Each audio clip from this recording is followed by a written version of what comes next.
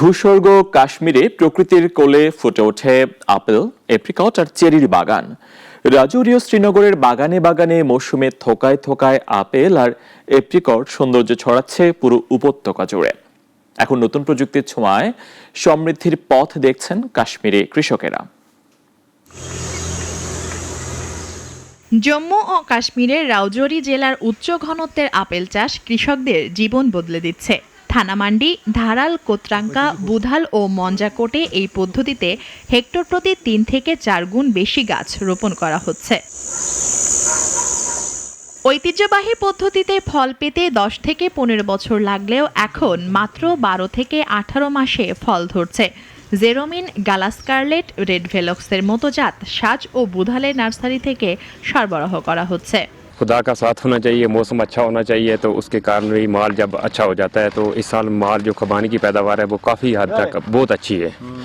तो बाहर के जो मार्केट्स हैं, बम्बई होगी, दिल्ली होगी, जम्मू मंडियां में भी खुबानी की डिमांड जो है स्टार्टिंग से बहुत अच्छी चल रही है। इस साल तो वैसे इसकी खुबानी की कीमत अच्छी आ रही है जी, तो इंशाल्लाह दूसरे फ्रूट की भी अच्छी उम्मीद है।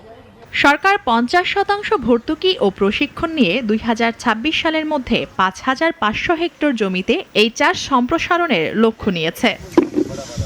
শ্রীনগরের জাকুয়া উপত্যকায় এপ্রিকটের বাম্পার ফলন কৃষকদের মুখে হাসি ফুটিয়েছে। ইরানি, আফগানি ও হাবকোট জাতের এপ্রিকট বাজারে চাহিদা বাড়িয়েছে। एप्पल के साथ साथ जो हमारा डोमिनेंट क्रॉप है, इसके साथ हमारे दूसरे क्रॉप स्टोन फ्रूट्स की बात आपने की, जिसमें हमारा एप्रिकॉट आता है। तो एप्रिकॉट आपको पता है इस वक्त हार्वेस्टिंग टाइम है इसका। तो एप्रिकॉट आपको पता है पहले से हमारे पास जो ट्रेडिशनल वैरायटीज़ थी तो वो यार रिप्लेस, हम रफ्ता रफ्ता उनको अब रिप्लेस कर रहे हैं।